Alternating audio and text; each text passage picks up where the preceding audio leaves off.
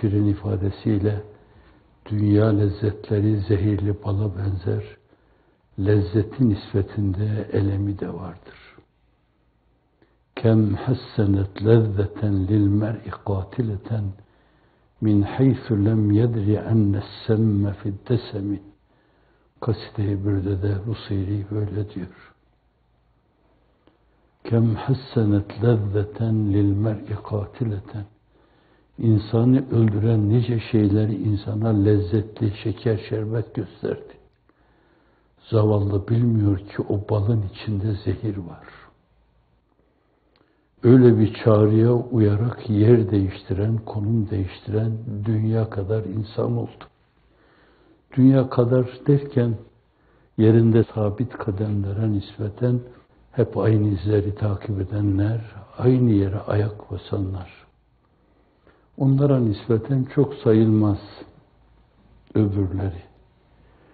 Fakat bir hayli yer değiştiren insan oldu. Gözleri kamaştı dünyanın cazibedar güzelliği karşısında. Züyyine linnâs hubbü'ş şehevat. Bazıları bohemliğe saldılar kendilerini. Züyyine linnâs hubbü'ş şehevat min nisa. Evladı iyallerinin geleceğini düşündü. Esas bir geleceği, önemli bir geleceği kararttılar. Hiç farkına varmadı. Oğlum, kızım falan bunlar mutlu bir gelecek falan dediler ama ebedi bir geleceği kararttı, ebedi bir geleceğin ışığını, ziyasını söndürdüler. Vel kanatiril mukantarati. Dolarlar, eurolar, dinarlar, altınlar, gümüşler. Bunlar çoklarının başını döndürdü, bakışını bulandırdı. Yer değiştirdiler. Allah varken onlara tapmaya durdular.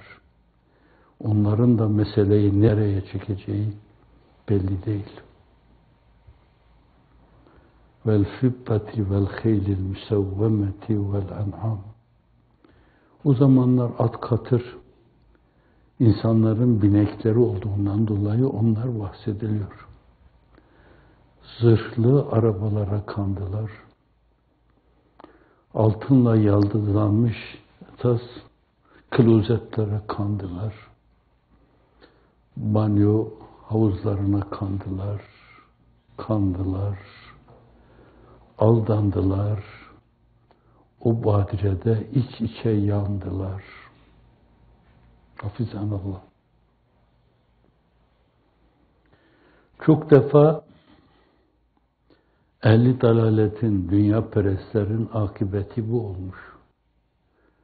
Ve çok defa Allah'a dilbeste olan akıbetleri de sizin ve emsallerinizin akıbeti gibi olmuş.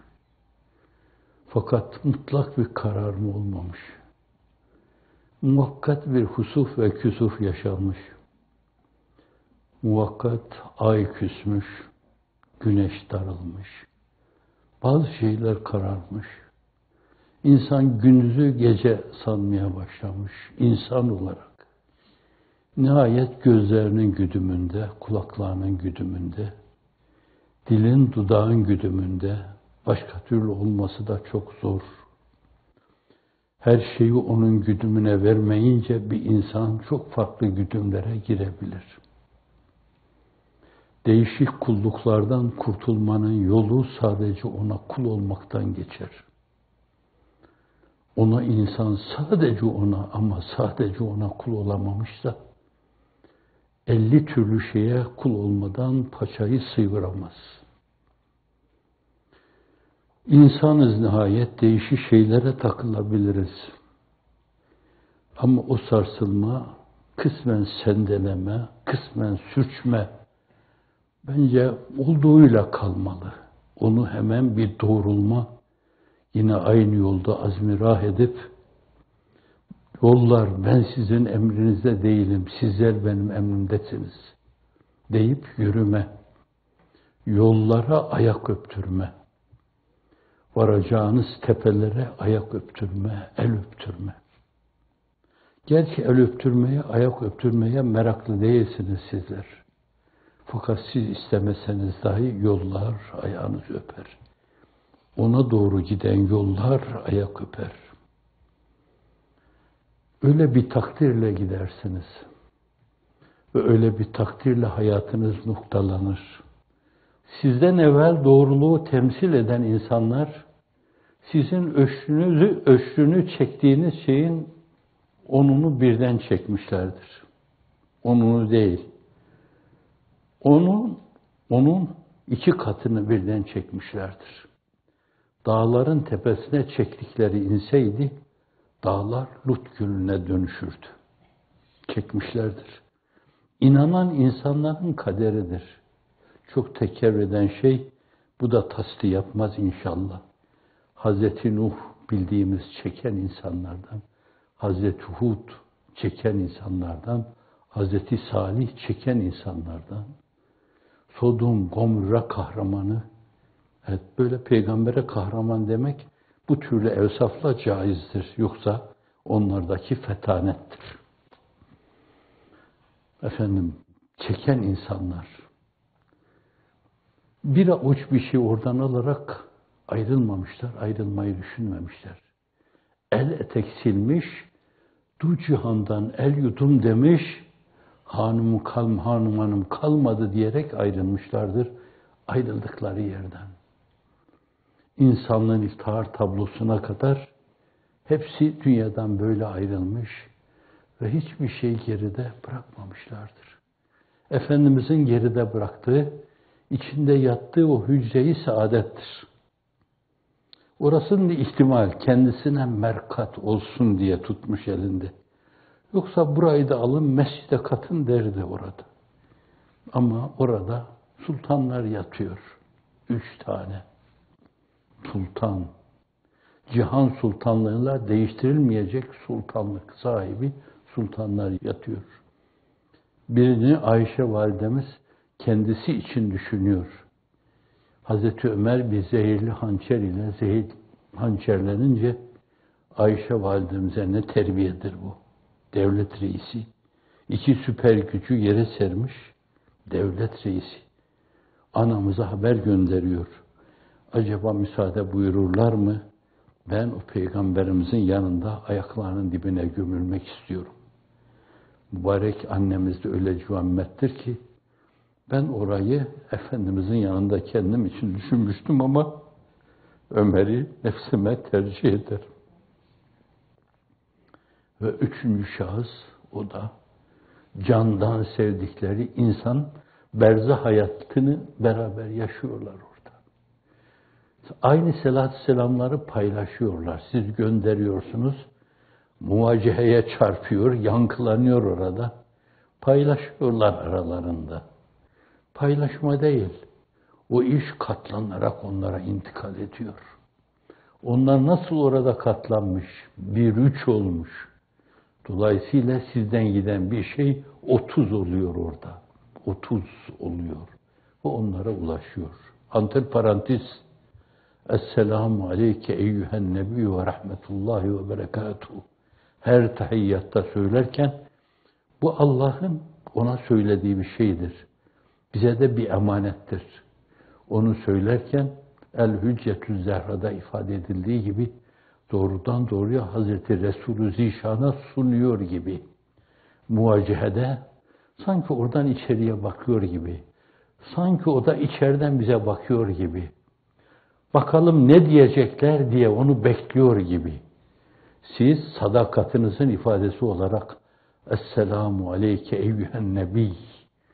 Bize olmazlardan, bilinmezlerden, meçhullerden mesajlarla gelen ey sahibi mesaj zişan, sana selam. Ey sahibi zişan, sana binler selam diyorsunuz böyle. O ona ulaşıyor. Ne geliyor geri ondan? Benden de size selam.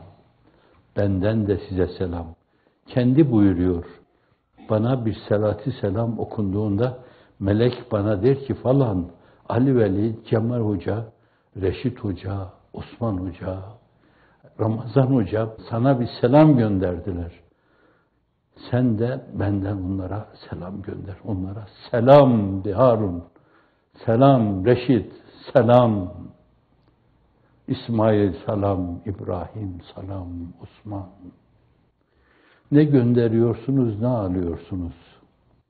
Hani antiparantez, adam Bağdat'a giderken padişaha ne götürsem diye düşünmüş. Sonra giderken kendi ülkesinden temiz böyle zemzem gibi bir testiye bir su koymuş. Sonra Dicle'den geçerken Bağdat'a gidiyor veya bir ırmaktan geçerken Bağdat'a gidiyor. Irmağı görünce belki elinden testiye atası geliyor. Bu ırmak onların kapısının önünde çağlıyorsa şayet bir testi suyu ne kıymet olur? Yahu ben buraya kadar bunu taşıdım getirdim. Ne diye dökeceğim? Allah Kerim diyor. Elinde testiyle saraydan içeriye giriyor. Onu hükümdara, Abbas hükümdarına armağan ediyor. Menkıbe. Asıl değil, fasla bakın. Padişah yanındakilerine hemen emrediyor. O testiyi alın, o suyu önemli bir yere boşaltın. Sonra altın doldurun, verin ona. İşte senden sultanlar sultanına giden armağan bir testi su. Ama aldığın o testinin birkaç katı dolu altın, gümüş, zebercet, yakut, cevher. Allah Resulü'nden sana gelen şey. Şimdi yol bu olunca, yolun sonu da bu olunca bence bu uğurda insan Hazreti Nuh'un da, Hud'un da, Salih'in de, Lut'un da, İbrahim'in de, insanlığın iftihar tablosunun da çektiği şeylere gönül rızasıyla katlanır. Gelse celalinden cefa, yahut cemalinden vefa, ikisi de cana sefa, lütfunda hoş, kahrında hoş der, sineye çeker, katlanır. Senden ne gelirse gelsin, radina billahi rabba ve bil İslami dina ve bi Muhammedin sallallahu aleyhi ve sellem Resul'a der. Ama böyle gayri meşru yollarla gelen, belli koltuklara oturan insanlar hiçbir zaman oldukları yerde ebedi kalamamışlar. Geldikleri gibi bir bir gitmişler, bulundukları yerleri terk etmişler, hem de geriye dönüp ağlayarak gitmişler. Şimdi öyle gitmek mi, geriye dönüp sonra tebessümler yağdırarak Allah'a doğru yürümek mi? Yolunuz bu. Kalbiniz bu heyecanla çarpıyor. Ne mutlu size. Cenab-ı Hak bu mutlulukta sizleri sabit kadem eylesin inşallah Teala. Sayılarınız binlerceye, milyonlarcaya ulaşıyor. O ızdırabı paylaşanlarla beraber. Bazıları doğrudan doğruya çekiyor. Her ızdırap çeken insanın akrabası, annesi, babası, oğlu, eşi, baldızı, kayınvalidesi, kayınpederi filan, komşusu, onu iyi tanıyan insanlar. Bunlarla meseleyi çarptığınız zaman da riyazi düşünceye kadar milyonlara bali olur. Paylaşırlar acılarınızı sizinle beraber. Fakat bulundukları yerde şikayetçi değillerdir. Allah'a binlerce hamdü sena olsun. Küfür ve dalalete düşmedik ya, Allah'a binlerce hamdü sena olsun. Ey Resul, senden uzak düşmedik ya, Allah'a binlerce hamdü sena olsun. Ey Allah'ım, senden uzak düşmedik ya, sana binlerce hamdü sena olsun diye o yolda yürüyorlarsa, bence kazanma kuşağında kazanımlarını 10'a katlayarak elde ediyor. 100'e katlayarak bunları Kur'an-ı Kerim söylüyor. 10 olur, 100 olur, 1000 de olabilir. 1000'e katlayarak kazanıyorlar Allah'ın izni, inayetiyle. Hep böyle olmuş. Bundan sonra da hep böyle olacak. Burada bir şey daha diyeyim. Bazı ulema, fuhulü ulema, esas Ehl-i Beyt 3 kategoride müteala edilir. Bir doğrudan doğruya Ali Aba, Efendimiz sallallahu aleyhi ve sellem üzerlerine abasını örtüp de işte Hazreti Fatıma, Hazreti Hasan, Hazreti Hüseyin kendisi. Dolayısıyla mübarek validemiz, ayağı başımın tacı olsun Hatice validemiz, o yoktu o gün. Fakat o da başımızın tacı, çünkü analar anasıydı. Efendimiz'e en dar gününde sahip çıkmış ve sonuna kadar da sabit kadem, sabiteyi kadem demek daha uygun olur. Olmuş ve bağrını hep Efendimiz'e açık tutmuştu. Efendimiz sallallahu aleyhi ve sellem onun gidişi de bir yönüyle onun için senetül hüzün olmuştu. Öyle derin bir hüzün ki Cenab-ı Hak o hüznü ancak benim Habibimi huzuruma Miraç'ta almak suretiyle giderebilirim demiş, Efendimiz'i huzuruna almıştı. Sevgili Habibim mahzun olma, Hatice'ni Ebu Talib'ine kaybettin ama bak ben varım demiş, Miraç'la taşlandırmıştı benim Efendimi. Manen kalbi ve ruhi hayatınızla müminin miracı olan namazla Allah sizi hakikatıyla taçlandırsın inşallah. Namazı öyle bil ki İmam Rabbani diyor, o müminin miracıdır. Namaz dinin direğidir, nurudur. Sefine-i dini namaz yürütür. Cümle ibadetin namaz piridir. Namazsız, niyazsız İslam olur mu? Bu Alvar İmamı'na ait, öbürü de İmam Rabbani'ye ait. Rahimehumullah. Allah hepsine merhamet buyursun. Evet, şimdi bir doğrudan doğruya Ali Eba. İkincisi, o günkü kimseler orta ölçekte Ehl-i Beyt sayılıyor. Bunlar ula ölçekte, evla. Bir numaralı Ehl-i Beyt. Ahassı havas, Ehl-i Beyt. 2 numaralı Ehl-i Beyt, havas bunlar. Onlar da bütün ashab-ı kiram radıyallahu anh. 3. derecede avam, Ehl-i Beyt. Onlar da yürekten Efendimiz'e bağlı olmuş, davasını bayraklaştıran bütün ümmeti Muhammed. Bugün o kaderi paylaşan hizmetler o kategoriye dahil. 3. derecede Ehl-i Beyt sayılırlar onlar. Çünkü bir yönüyle Ehl-i Beyt esasen Efendimiz sallallahu aleyhi ve sellemin bıraktığı mirası bir gün o mirasa sahip çıkarak o istikamette derdi paylaşma demektir. Efendimizin sallallahu aleyhi ve sellem derdini paylaşma demektir.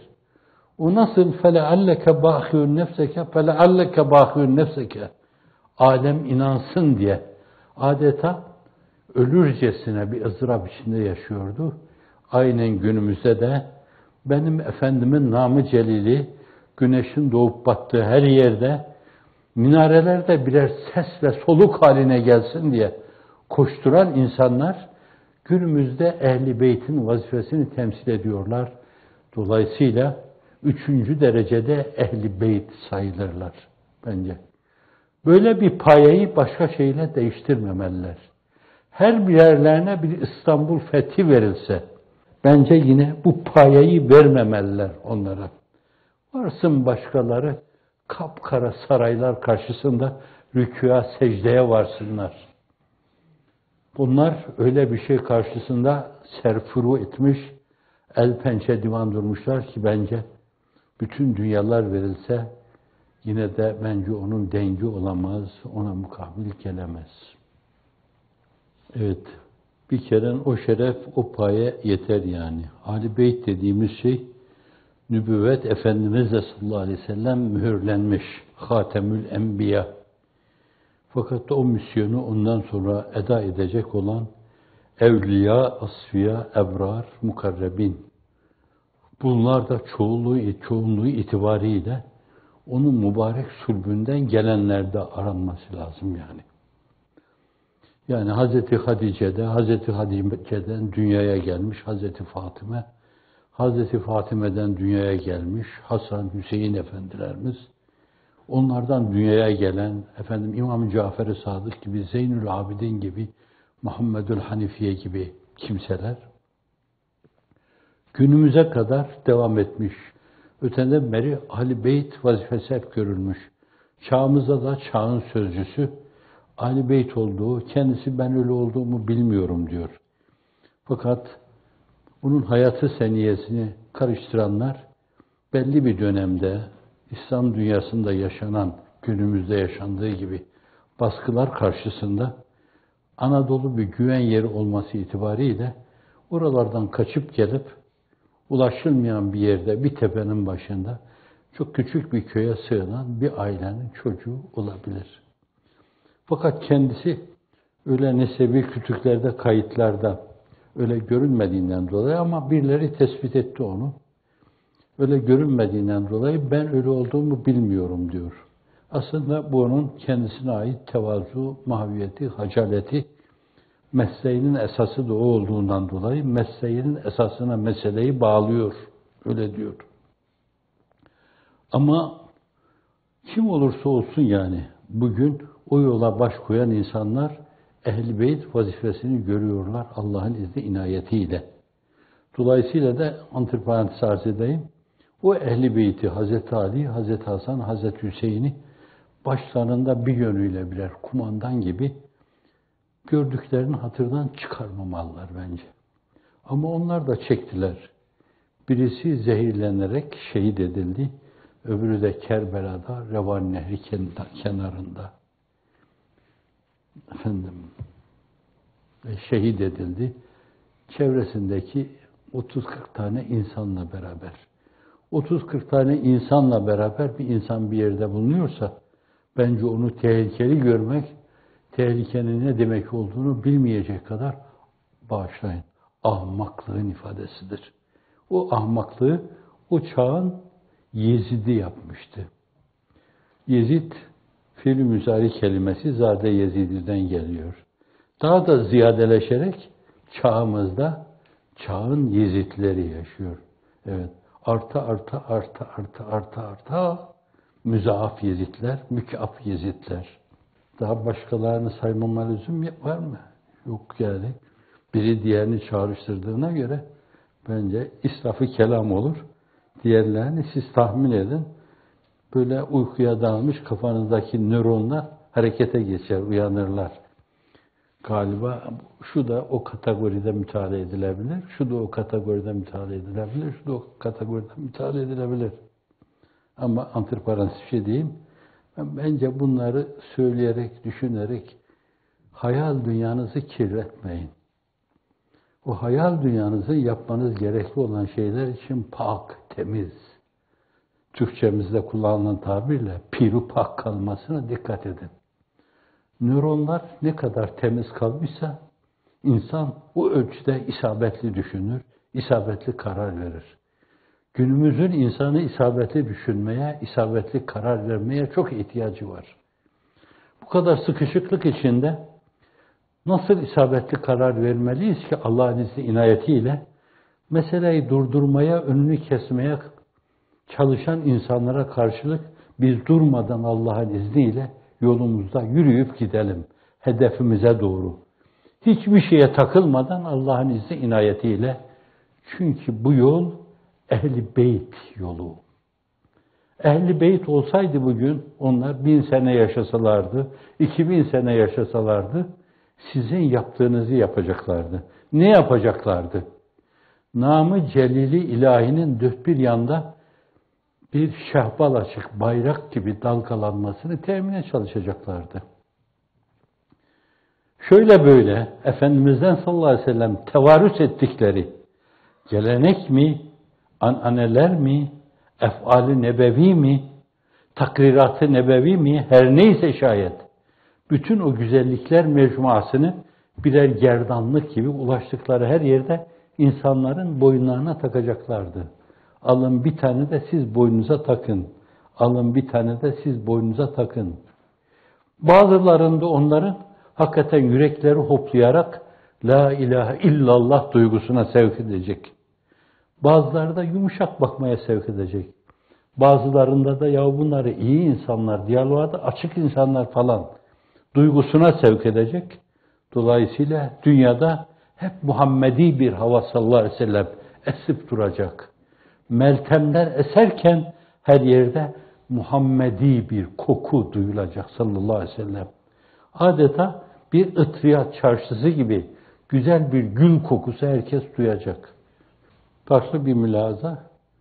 Çokları bir yönüyle o ad, o ünvanı da esas kütüklerde, kayıtlarda hiç öyle bir şey yok. Kendini seyit zannediyor. Şundan dolayı ezilmişler, hor görülmüşler kendilerine. İkinci sınıf insan nazarıyla bakılmış, kas sistemine göre.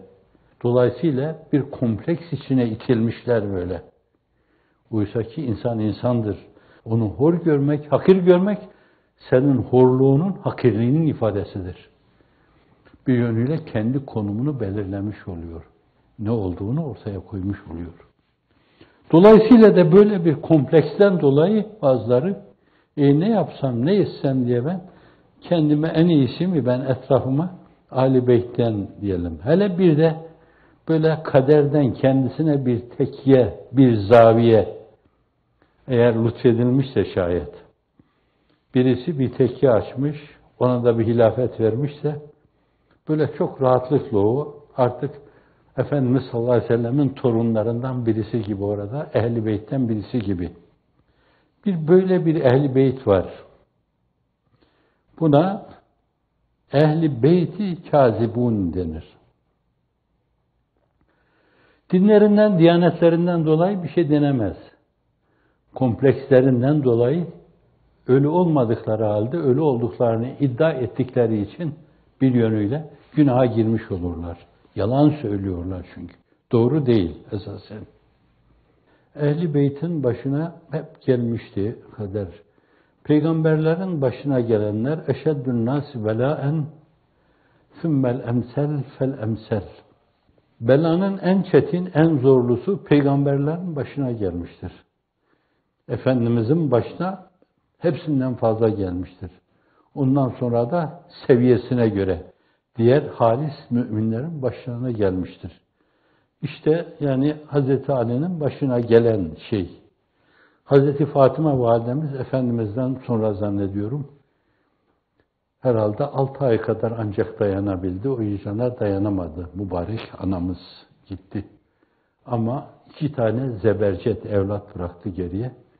Ve işte onlardan kıyamete kadar dini mübini İslam'a dilbeste olmuş insanlar, çağın sözcüsüne kadar, Hazreti Şahi Geylani'ye kadar, daha nice sıddıklara kadar esasen Ehl-i Beyt'ten insanlar İhya-i dine vesile oldular. Bâs-ı bâdel mevte, dirilişe vesile oldular Allah'ın izni, inayetiyle. Hep çektiler onlar. Çekmeyen kalmadı. İmam Zeynül Abidin çekti. İmam-ı Cafer-ü Sadık çekti. Muhammedül Hanifiye çekti. Hatta o çizgide hareket eden işte 3. derecedeki Ehl-i Beyt diyebileceğimiz Hasan Şazeli Hazretleri çekti. İmam Rabbani Hazretleri çekti. İmam Rabbani olduğu halde ömrünün büyük bir kısmını zindanda geçirdi. Ebu Hanife çekti. Seraksi çekti. Koca telifatını onun içine atıldı bir kuyuda. Çok küçük bir yiyecek de attılar. Herhalde az su da vardı orada. Abdest alıyor, namaz kılıyor. Talebelerine kuyunun içinden o kitabı takrir ediyordu. Öyle deniyor. Çekmeyen kalmadı. İmam Ahmed bin Hanbel kırbaçlar altında çekti. 3. derecede Ehl-i Beyt bunlar. Çağın sözcüsüne gelince o çektiğini anlatırken şikayet mahiyetinde değil. Diyor ki yolun kaderi bu. Bir kitabın adını koydular. Yolun kaderi. Yolun kaderi bu. 28 sene çekmediğim eza, görmediğim cefa kalmadı. Divan-ı harplerde bir cani gibi muamele gördüm. Bir serseri gibi memleket sürgüne gönderildim. Aylarca ihtilattan men edildim. Hele bir yerde can gırtlağa gelince diyor ki, dinim intihardan men etmeseydi, Said bugün topraklar altındaydı diyor. Öyle bir şeyi düşünmesi bile söz konusu değil. Katiyen ve katibeten. Esasen anlatmak istediği şey başa gelen şeylerin tahammül fersa olduğunu anlatıyor. En sonuncusuna kadar başa gelen şeyler bunlar. Siz eğer böyle bir doğru yolda yürümeye talip olmuşsanız, bence bundan azade olmayacağınızı bilmeniz lazım. Doğru yolda yürüyorsanız bence şeytan kendi avenelerini, siyasi, askeri, iktisadi, idari bütün güçleri aleyhinize kullanarak dünyanın değişik yerlerindeki avenelerini tahrik ederek darbeler yaptı. Şöyle böyle Müslümanlığı yaşayan insanlara musallat etti. Ve onlar da onları bazılarını aldı, berdar ettiler, astılar. Bazılarını başka şekilde yok ettiler, bazılarını başka şekilde yok ettiler. Evet, neyse ki çağın sözcüsü, o gün idam edilen dünya kadar insan var. 15.000 diyorlar. Bu rakamı küçük saymayın. Çünkü o zaman Anadolu'nun nüfusu 15-16 milyon kadar. Milyon başına efendim 1.000 insan. 1000 insan. Herhalde o idam kanunu kalkmasaydı günümüzde 80 milyonuz değil mi? Zannediyorum 80.000 insan ancak onların hıncını dindirebilirdi. 80.000 yere dar ağacı kurulurdu. 80.000 yerde sallanan insanlar görürdünüz. Temel felsefe bu, temel anlayış bu. Dolayısıyla meseleye böyle bakarak yolun kaderi deyip bunu şeker şerbet yudumluyor gibi yudumlamak lazım. Allah'a binlerce hamdü sena olsun ki tarihin bir dönemde ak sayfaları, bir dönemde kara sayfaları. Bir dönemde tarihin sayfalarında ak paragraflar, bir yerde de kapkara paragraflar. O kapkara paragraflar içinde yer almamak için Cenab-ı Hak sizi ak paragraflar içine yerleştirdi. Birileriyle şeytanla yad ediliyor gibi yad edilmektense bence bugün biraz çekerek esasen o ak paragraflar içinde yerinizi almanız şayanı tercih bir husustur. Evet, halinize hamd edin, şükredin. Allah'a binlerce hamdü sena olsun ki bugün olmasa yarın, yarın olmasa öbür gün, öbür gün olmasa daha öbür gün. Yarınsız insanlar ızdırap içinde kıvranacaklar veya lanetle yad edilecekler. Lanet ile anılan cebabireye rahmet okutturacaklar. Fakat millet sizi hayırla yad edecek. وَاجْعَلْ لِسَانَ صِدْقٍ فِي الْآخِرِينَ وَاجْعَلْ مِنْ وَرَثَةِ جَنَّةِ النَّعِيمِ Şu Arar suresinde ifade buyurulduğu gibi Hz. İbrahim'in ifadesi arkadan gelen nesiller tarafından yadı cemil olarak Allah sizden ebediyen razı olsun. Bize güzel bir miras bıraktınız. Dünyanın dört bir yanında nam-ı celili Muhammed'i bir bayrak gibi dalgalandırdınız. Yine Yahya Kemal'in ezan şiiri aklıma geldi. Sultan Selim evveli rahmetmeyi becel, fethetmeliydi alemi şan-ı Muhammed'i. Gök nura gark olur nice 100.000 minareden, şehbal açınca ruhu revan-ı Muhammed'i. Ervah cümleten görür Allahu Ekber'i, akseyleyince arşa lisan-ı Muhammed'i. Mahresini de efendim Üsküp'te rahmi madere olsun bu nev gazel bir tuhfe-i bedi-u beyan-ı Muhammed'i diyor. Evet, çizgisi ne olursa olsun makamı cennet olsun.